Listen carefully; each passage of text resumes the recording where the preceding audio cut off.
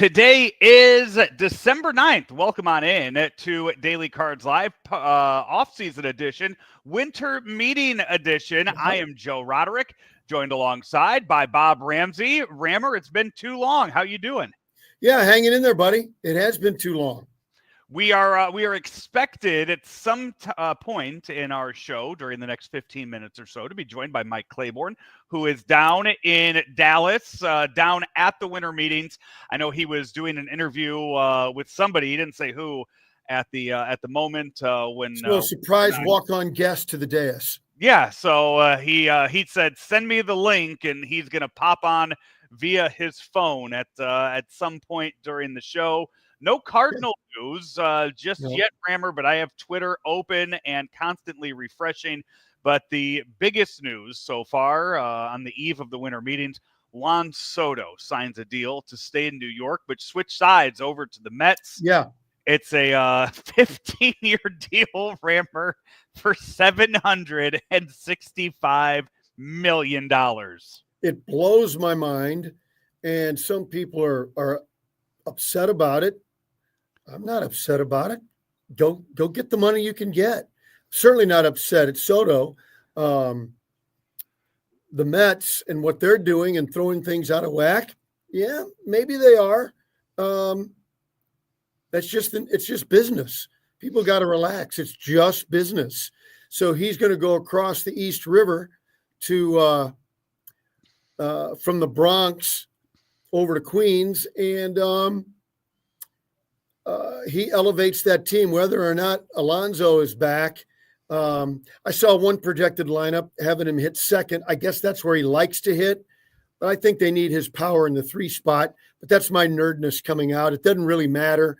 Get him in the lineup, and it makes him better. He's a tremendous player. Yeah, and still, it feels unfair to sit here and do a Mets projected lineup at this moment, knowing that Steve Cohen could go out there and go and re-sign Pete Alonso and probably go and sign Christian Walker to DH and then go get Alec Bregman to go play third base. And he could still go out there and get everybody else. So I think we need to pump the brakes on the Mets and our projected lineups before Steve Cohen just says, "Hey, you know what? I think I'm going to be done spending for a little bit." But good for the Mets. They saw the guy they wanted. He's clearly now the cornerstone of the franchise for the next 15 years or until they got to get out of the deal or whatever he retires. So he is the cornerstones. There are no ifs, ands, or buts. Now you build around him, not only with offense, but you build your pitching to be commensurate with it. And, you go back a few years ago with the Cardinals, Goldschmidt and Arenado, pitching couldn't keep up. Then you start to get the pitching together and the offense faded.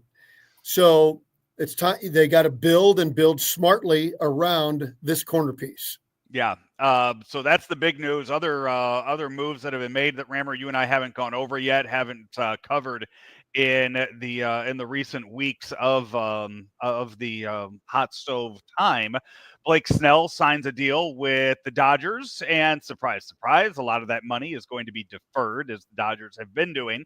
And Willy Adames signs with the San Francisco Giants. Surprised me. That one a bit of a surprise, and another one. The Dodgers made another signing yesterday. Wonder if they were told ahead of time that they were out of the Soto sweepstakes, as they went out and got Michael Conforto to play the outfield for them next year. And also, it looks like they're nearing a deal with Teoscar Hernandez as well. Yeah, I think the Teoscar thing is more important than Conforto, who he's a solid big leaguer.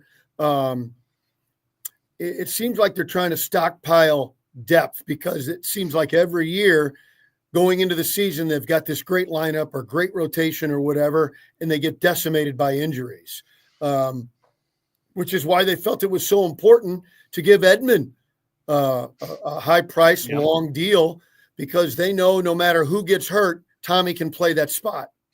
I don't know what this is going to look like when I bring it up on the screen, Rammer, but there you go. Oh, there we go. That looks good. I didn't know if it was going to be how that graphic would come across on the screen here on Claibs Online, but our where will they go charts, our free agent predictor for the 2025 offseason. There you go right now.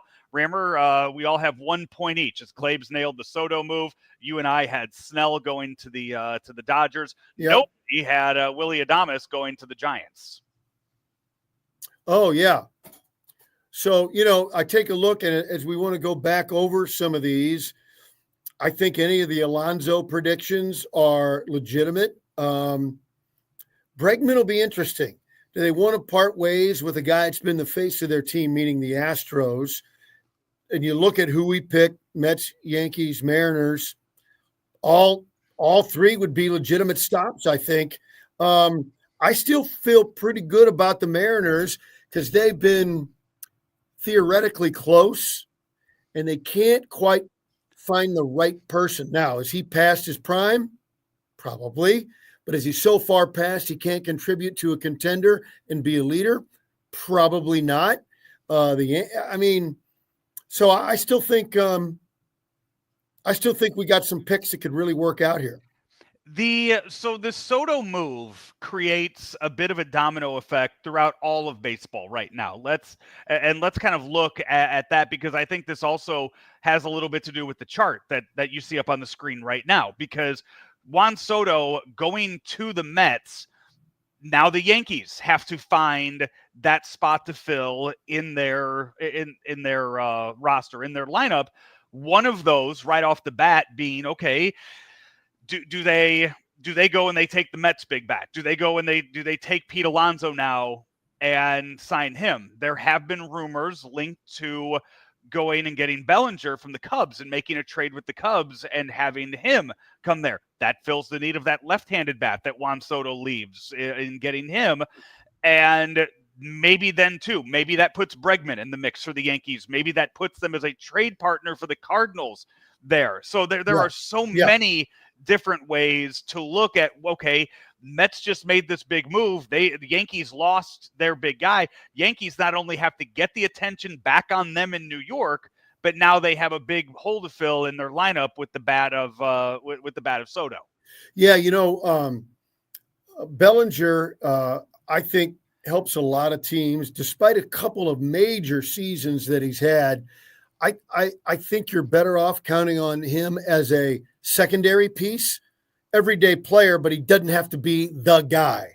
And if he came over to the Yankees and fit in, say, between Judge and Stanton in the lineup, or put him ahead of Judge as a 1 or 2 hitter, I think he makes a lot of sense there. So from there, then you have the I guess the other one I look at too. Now the Mets made their big move. What do the Phillies do to counter this? Because that's going to be the next step. The Yankees want to get the attention back on them in New York. The Phillies now have to make a counter move to save the NL East. So, well, what are they missing? And I think that's the thing to look at, because they're pretty well loaded in my view. Injuries hurt them a little bit, but it's a team that's getting older. And they also lose Castellanos too. as of right now, he's a free agent. He's a free agent, and he's a terrific bat. I love the guy. So maybe because of his age, you let him walk, but then you got to find somebody to fill that spot. And everybody can always, one of the things you do with the lineup they have is bolster your pitching. If you can do that, that's a way to counteract some of these other clubs. And that's where, again, Phillies have been linked to Arenado with the possibility of moving on from Alex Bohm. Bregman could be a guy there too, because Bregman, it just takes money to sign Bregman. You don't have to deal with anything else in a deal with going out and getting Arenado, so they could do that too. And then do you move Bohm to second base, or do you move him out and you bring in some other pieces to fit the team from that? So yeah, I like Bohm a lot, and so that almost feels like a panic move, depending on what's available and how they see their lineup shaping up. But Castellanos filled a big role for them, especially in the second half. And so if they do need to replace him, that's going to be an important piece. Yeah, and as we look down here, Christian Walker's still out there, a potential first base piece for the Mets. Who, yeah, they got their outfielder in Juan Soto, but right now nobody to play first base on that team, and there's a few different options out there at the moment. So there are moves to be made there in the National League East. Tyler O'Neill signed a deal this past weekend too. He goes to Baltimore with the Orioles. Orioles making a few different moves this past week. If Tyler stays healthy, he can do damage in that ballpark. They've moved the walls in, Rammer. Yeah. They have moved the right field walls in. Well, it's always been a good hitter's park, and so like I say, if he stays healthy, he can do damage and be a good part of that lineup. Winter meetings going on right now in Dallas, and expect some movement, expect moves to be made at some point with this. But the Cardinals earlier today come out and say that it doesn't, at least Derek Gould came out and said that it does not look like Ryan Helsley is going to be moved by the Cardinals this offseason. It looks like they will be hanging on to him. Who was the sportscaster that you and I know that was against it from whenever the rumors started, the speculation? Do you remember who that was? Was it you? Oh, yeah, good. You've got a good memory, Joe. Thanks. How are you going to win games if you don't have your closer? You and I have very different views on the importance of the closer role. And when you have a dominant one, it's great. But again, I think there are so many that can come in, and when you can find a dominant closer for a season, it's just fine. Luke Weaver carried the Yankees on his back, closing out games in the postseason. For 2 months. Right. So are you willing to make that gamble if your team's in the hunt? You got a lot of young arms down in Memphis. Sure. Oh my God. Who can get me 3 outs in the 9th inning? I'll tell you the answer. Nobody. None of those guys are ready to be a closer in the big leagues. None. Don't know until you throw them out there into the fire. Oh, sometimes you do. I'll tell you this: you wouldn't have known Luke Weaver would have been as solid a closer as he. You would have said no chance in hell. See, I was shocked, but the anomaly doesn't prove a theory. Look at the teams that don't have a closer and that blows up on them, and they're so frustrated. Yeah, when you can save 50 games, that's really valuable. I know the counter argument is not really, well, who would do it, but what you get for him. I still think the last 3 outs are too valuable. The other news coming out. Let me say this. I'm not saying that he's an untouchable. I don't want anybody to misconstrue that. I'll trade anybody if the deal is right. I was hoping to hold on long enough and be able to get Claibs to jump on with us before he went, because I really wanted him to be the one on the air when you and I talked about this, Rammer, and that is the Hall of Fame announced through their selection committee, through their veterans committee, that Dick Allen and Dave Parker will be going into the Hall of Fame in the year of 2025. So, when I loved him, he was Richie Allen, and he spent 1 year with the Cardinals. Here's my favorite story. It's not really about him. It's really about me and Claibs. Okay. So we don't know each other. This is 15 years before we met, but here's how funny how baseball and sports kind of brings people together. It becomes a community. So the Cardinals were desperate for power. They go get Richie freaking Allen. And I'm beside myself. I found out later. So is Claibs. Home opener. He comes out to play third base wearing a red Cardinals batting helmet. Sold out stadium. The place, Joe, absolutely erupts. For a pregame ovation, not counting, clinching a World Series or whatever, but for a pregame ovation for one guy, I've never seen or felt anything like it. He hadn't done a thing for the Cardinals yet, but he comes out to third base. The crowd goes nuts. Claibs and I are within we've discovered 15 years later, we were within a few feet of each other. Both kids in those days, I'm probably, I'm 14. He's probably 12, something like that. Redbird Express, you go down, your parents let you go on your own as kids. And it was a different world and a different time. And it was one of my favorite experiences as a Cardinal fan, an ovation that lasted. It's been measured. People have gone back on tape, but I think it's several minutes long of a standing ovation for Richie Allen. It was really a thrill. And I'll always be bitter because I've never gotten an explanation that the Cardinals moved him after 1 year. Yeah. They just didn't know how to deal with him. Yeah.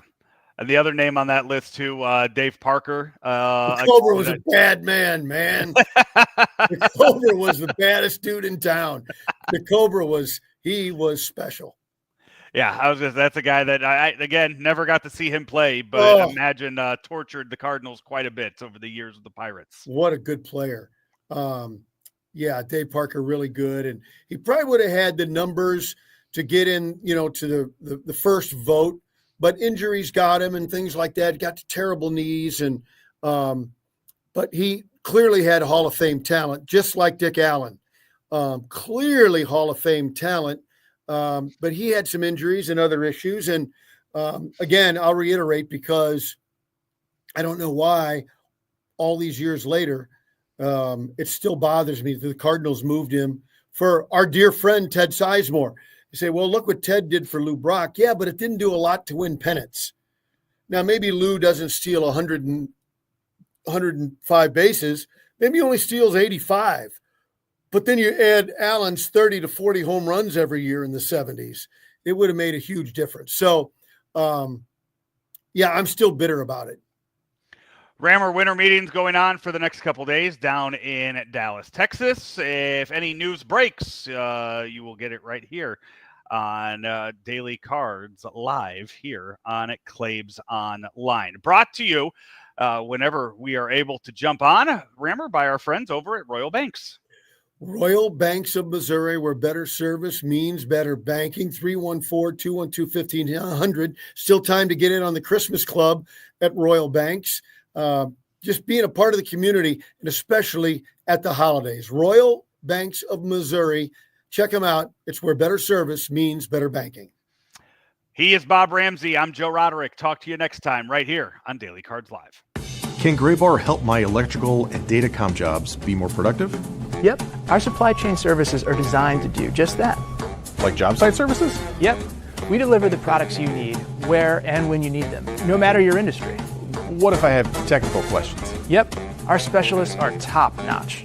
Emergency support? Yep. Even after hours. They're a unicorn. When you need to keep your projects productive and profitable, rely on Graybar to help you get the job done right. No unicorns required. Yep, Graybar does that.